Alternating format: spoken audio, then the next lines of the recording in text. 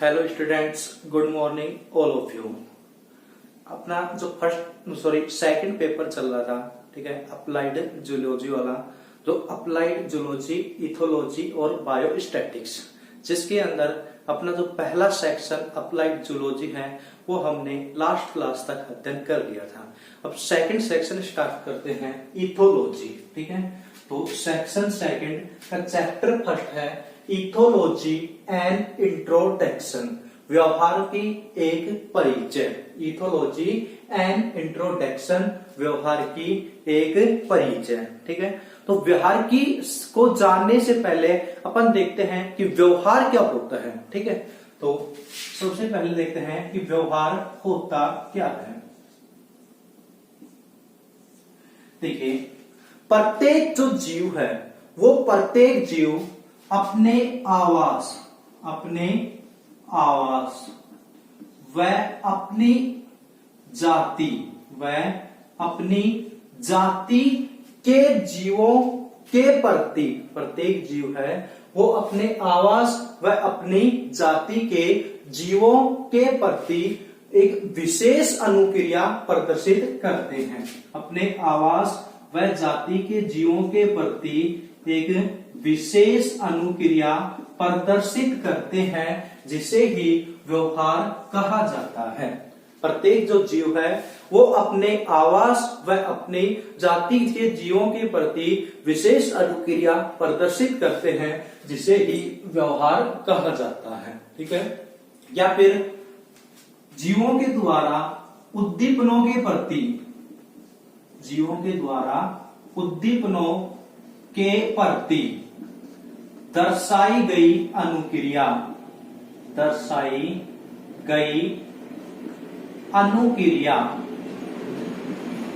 जीवों के द्वारा उद्दीपनों के प्रति दर्शाई गई जो अनुक्रिया है वो भी व्यवहार कहलाता है। ठीक है, तो ये तो हो गया भाई व्यवहार। ठीक है, नेक्स्ट है अपना इथोलॉजी या व्यवहार की।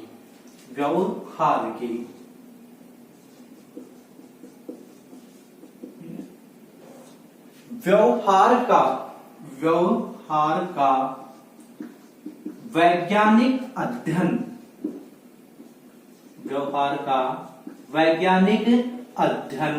व्यवहार की कहलाती है। ठीक है, व्यवहार का वैज्ञानिक अध्ययन व्यवहार की कहलाती है। ठीक है, तो व्यवहार किसे कहा था कि जीवों के द्वारा जो प्रत्येक जीव है वो अपने आवास व जाति के प्रति एक विशेष अनुक्रिया प्रदर्शित करते हैं, और जो विशेष अनुक्रिया है उसे ही व्यवहार कहते हैं। या फिर जीवों के द्वारा उद्दीपनों के प्रति जो अनुक्रिया दर्शाई जाती है, या उद्दीपनों के प्रति दर्शाई गई जो अनुक्रिया है वो क्या कहलाता है, व्यवहार कहलाता है। और व्यवहार का वैज्ञानिक अध्ययन ही व्यवहार की या इथोलॉजी कहलाती है। व्यवहार का वैज्ञानिक अध्ययन ही व्यवहार की या इथोलॉजी कहलाती है। देखिए, जो व्यवहार की है, व्यवहार की के अंदर जो जीव है वो अपने वातावरण, व्यवहार की में जो जीव है वो अपने वातावरण के प्रति अनुक्रिया दर्शाते हैं। ठीक है, व्यवहारिकी के अंतर्गत जो जीव है वो अपने वातावरण के प्रति भी अनुक्रिया व्यक्त करते हैं। अतः जो व्यवहारिकी है ये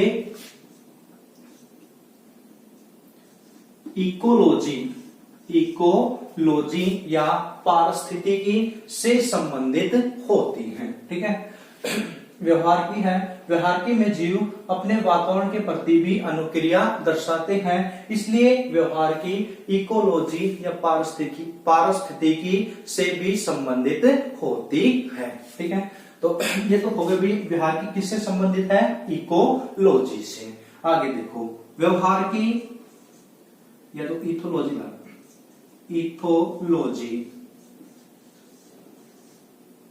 व्यवहारिकी या जो इथोलॉजी है ये कार्य की से भी संबंधित होती है। इथोलॉजी कार्य की से भी संबंधित होती है। जैसे देखो कार्य की से कैसे संबंधित होती है, जैसे जैसे जो छुई मुई पादप है, छुई मुई जो पादप है, इस छुई मुई पादप को स्पर्श करने से ये अपनी पत्तियों को सिकोड़ लेता है। ठीक है, तो इथोलॉजी है या व्यवहार की है वो किससे संबंधित होती है, कार्य की से भी संबंधित होती है। जैसे छुई मुई की जो पादप है उसकी पत्तियों को स्पर्श करने पर या छुई मुई पादप को स्पर्श करने पर वह अपनी पत्तियों को सिकोड़ लेता है। ठीक है, इस प्रकार से यह कार्य की से भी संबंधित होता है। ठीक है, नेक्स्ट देखो जो इथोलॉजी है, इथोलॉजी आनुवांशिकी या जेनेटिक्स से भी संबंधित होती है। इथोलॉजी आनुवांशिकी से भी संबंधित होती है। जैसे कोई शिशु उत्पन्न होता है तो शिशु उत्पन्न होने के पश्चात अपनी माता की स्तन ग्रंथियों से तुरंत दुग्ध ग्रहण करने लगता है। शिशु उत्पन्न होते ही वह अपनी माता की स्तन ग्रंथियों से स्तनों के द्वारा दुग्ध ग्रहण करने लगता है। तो शिशु को किसी प्रकार की कोई ट्रेनिंग की आवश्यकता नहीं होती है कि भाई दुग्ध है वो कैसे पिएगा। वो जन्म लेने के पश्चात तुरंत बाद ही माता के स्तन से दूध पीने लग जाता है। ठीक है, तो इस प्रकार से जो इथोलॉजी है वो जेनेटिक्स भी होती है। नेक्स्ट देखो इथोलॉजी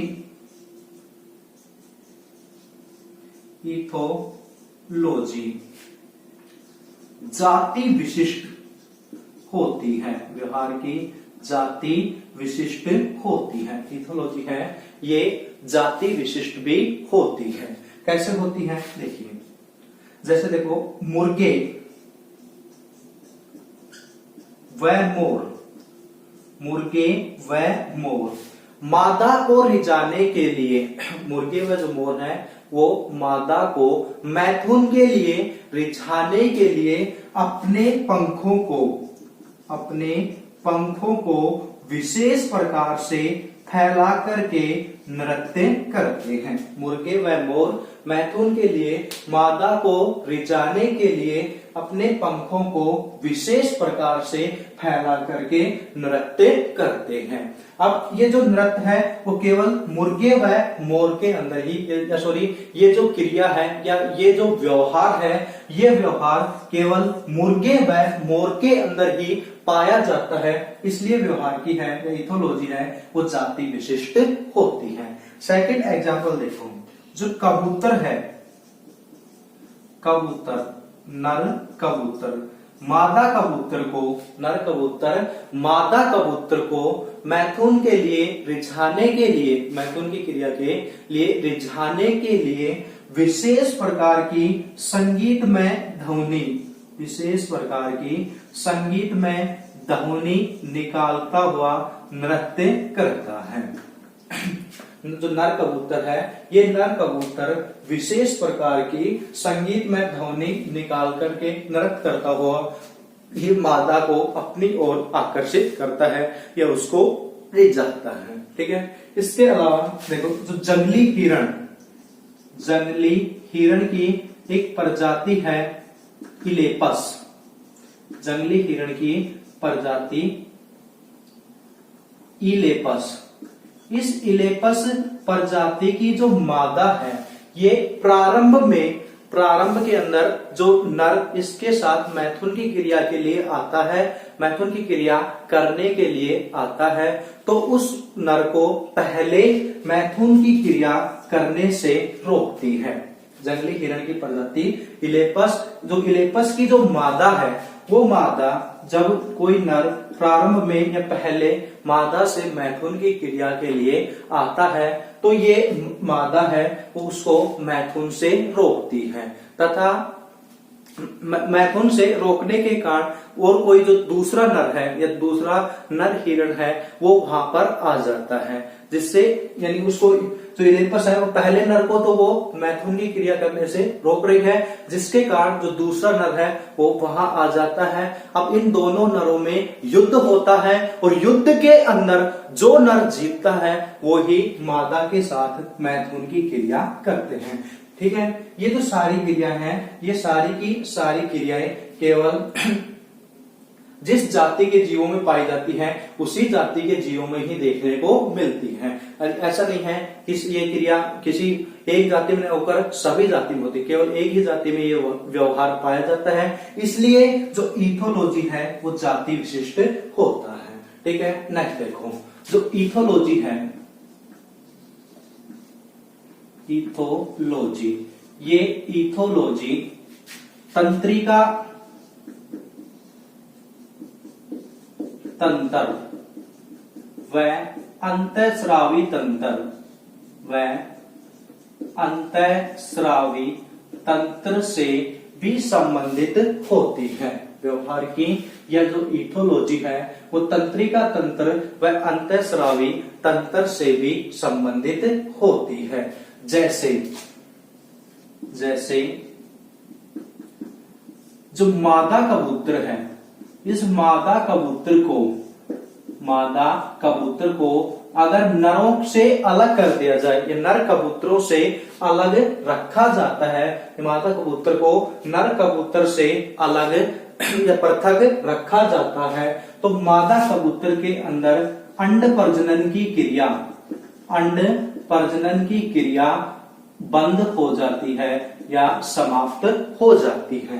तथा अगर बाद में इस मादा को वापस नर कबूतरों के साथ में रखा जाता है तो मादा के अंदर वापस से अंड प्रजनन की क्रिया प्रारंभ हो जाती है। ठीक है, तो मादा कबूतर को नर से अगर अलग रखा जाता है तो इसके अंदर अंड प्रजनन की क्रिया बंद हो जाती है तथा मादा कबूतर को अगर वापस नर कबूतरों के साथ में रखा जाता है तो अंड प्रजनन की क्रिया वापस से चालू हो जाती है, प्रारंभ हो जाती है। ठीक है, इसके अलावा मेंढक की एक प्रजाति है अफ्रीकन टोड। अब जो अफ्रीकन टोड जो मेंढक है, इसके नर के अग्रपाद में आसंजक गद्दियों का निर्माण जनन काल के दौरान होता है। अफ्रीकन टोड जो मेंढक की एक प्रजाति है, जिसके जो नर है उस नर में के अग्रपाद में जनन काल के दौरान आसंजक गद्दियों का निर्माण हो जाता है। ये आसंजक गद्दियां हैं वो जनन के समय, मैथुन की क्रिया के समय जो नर है, इस नर को मादा के फिसलन युक्त शरीर से फिसलने हेतु रोकती हैं। नर के अग्रपाद पर उपस्थित आसंजक गद्दियां हैं, ये नर को मादा के शरीर से फिसलने से रोकती हैं। ठीक है, आगे देखो, कबूतर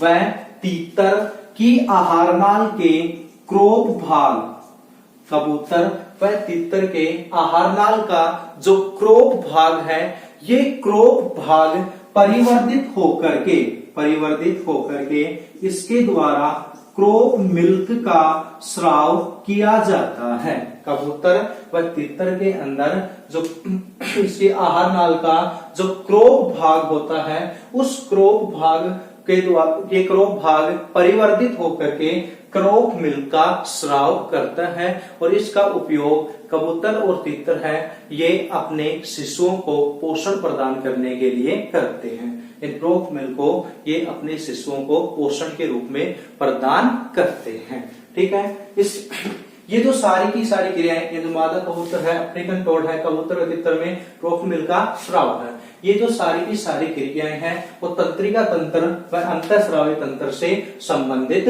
होती हैं। ठीक है, तो ये तो तब एक विहार है या विहार की होता क्या है, विहार की संबंध किस किस से होता है, उनके बारे में एक नॉर्मल सी जानकारी। नेक्स्ट टॉपिक आता अपना व्यवहार के प्रकार।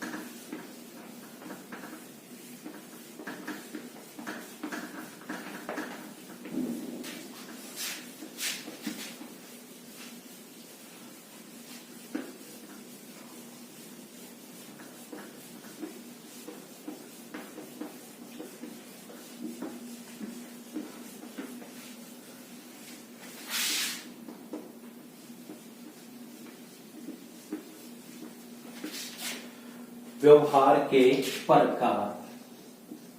देखिए जो व्यवहार है ये दो प्रकार का होता है। व्यवहार दो प्रकार का होता है। नंबर एक है अर्जित व्यवहार और सेकंड है सहज व्यवहार। अर्जित व्यवहार और सेकंड है सहज व्यवहार। देखिए अर्जित व्यवहार क्या होता है? अर्जित व्यवहार वह व्यवहार होता है जो जो जीवन काल में विभिन्न अनुभवों के द्वारा जीवन काल में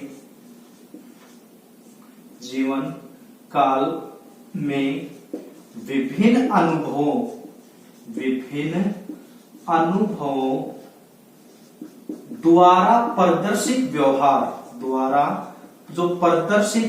व्यवहार है वो अर्जित व्यवहार कहलाता है। कोई भी जो जीव है वो अपने जीवन काल में जो अनुभव लेता है या जो अनुभव ग्रहण करता है और उन अनुभवों के आधार पर अपने व्यवहार को प्रकट करता है, उसे ही अर्जित व्यवहार कहते हैं। तो जीवन काल में विभिन्न अनुभवों के द्वारा जो प्रदर्शित व्यवहार है वो अर्जित व्यवहार कहलाता है। यानी जो अनुभव वो अपने जीवन काल में ग्रहण करता है और उसके आधार पर जो व्यवहार प्रदर्शित करता है उसे ही अर्जित व्यवहार कहते हैं।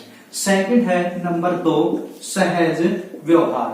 सहज व्यवहार क्या है? ये तो क्या हुआ, अपने जो जीवन काल के अंदर विभिन्न अनुभवों को क्या कर रहा है? ग्रहण कर रहा है। यहाँ पर अनुभव ग्रहण नहीं करता है, अपनी आनुवांशिकी के आधार पर, ठीक है, अपने आनुवांशिकी के आधार पर जो व्यवहार प्रदर्शित करता है वो कहलाता है सहज व्यवहार। तो बिना अनुभवों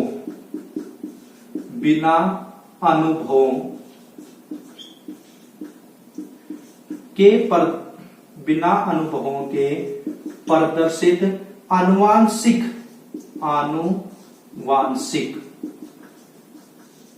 व्यवहार है वो क्या कहलाएगा? सहज व्यवहार कहलाता है। कोई भी व्यक्ति है वो बिना अनुभव यानी अपने जीवन काल में किसी प्रकार के अनुभव उसने नहीं ग्रहण किए हैं और तब वो अपने आनुवांशिकी के कारण जो व्यवहार प्रदर्शित करता है वो कहलाता है सहज व्यवहार। तो बिना अनुभवों के प्रदर्शित जो आनुवांशिक व्यवहार है, जो उनके माता पिता के कारण संतति के अंदर आए हैं जो गुण, उनके आधार पर जो व्यवहार प्रदर्शित कर रहा है वो कहलाएगा सहज व्यवहार। ठीक है, तो व्यवहार दो प्रकार के थे, अर्जित व्यवहार और सहज व्यवहार। अर्जित व्यवहार है विभिन्न अनुभवों को ग्रहण करके जो व्यवहार प्रदर्शित करता है वो कहलाएगा अर्जित व्यवहार, तथा बिना अनुभवों के आनुवांशिकी के आधार पर जो व्यवहार प्रदर्शित कर रहा है वो सहज व्यवहार कहलाता है। नेक्स्ट टॉपिक है व्यवहारिकी का इतिहास। व्यवहारिकी का इतिहास।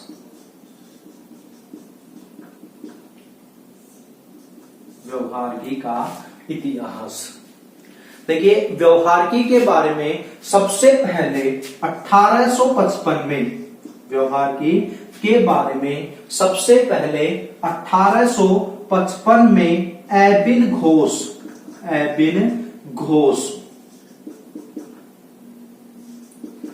ने बताया था। ठीक है, व्यवहारिकी के बारे में सबसे पहले 1855 में एबिन घोष के द्वारा बताया गया था। ठीक है, इसके अलावा अरस्तु की एक पुस्तक थी, अरस्तु की पुस्तक हिस्टोरिया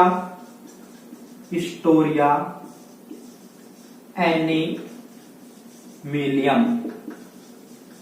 अरस्तु की पुस्तक हिस्टोरिया एनिमिलियम के अंदर अनेक प्राणियों के पारिवारिक प्रेम के बारे में बताया गया है। ठीक है, अरस्तु की पुस्तक हिस्टोरिया एनिमिलियम के अंदर अनेक जो प्राणी हैं उनके पारिवारिक प्रेम के बारे में बताया गया है। ठीक है, नेक्स्ट है देखो डार्विन की पुस्तक the decent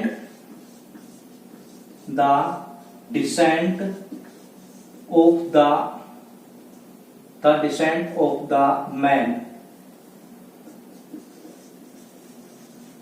the descent of the man to selection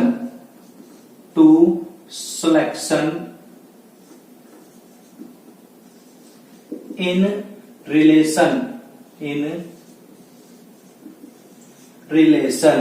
for sex Darwin की एक पुस्तक थी, डार्विन की पुस्तक the descent of the man to selection in relation for sex. इसके अंदर तो अनेक जातियों के संबंधों के बारे में विस्तृत रूप से वर्णन किया गया है। ठीक है, डार्विन की पुस्तक the descent of the man to selection in relation for sex के अंदर विभिन्न जातियों के संबंधों के बारे में बताया गया है। ठीक है, कौन रोड लोरेंज को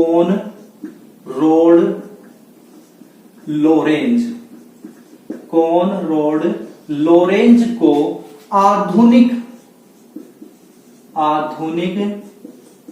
व्यवहारिकी का जनक कहा जाता है। ठीक है, फादर ऑफ मॉडर्न इथोलॉजी को कॉनराड लोरेंज को कहा जाता है, क्योंकि इसने जो व्यवहारिकी का जो वर्तमान स्वरूप है ये कॉनराड लोरेंज के द्वारा ही प्रस्तुत किया गया था। ठीक है, तो अब ये तो हो गया आधुनिक व्यवहारिकी का जनक, लेकिन व्यवहारिकी का जो जनक है वो कौन है? तो डार्विन है। डार्विन को व्यवहारिकी का जनक कहा जाता है। फादर ऑफ इथोलॉजी डार्विन को कहते हैं, जबकि father of modern ethology Conrad Lorentz को कहा जाता है। ठीक है, तो इसी के साथ ये जो अपना चैप्टर है ये समाप्त होता है। धन्यवाद।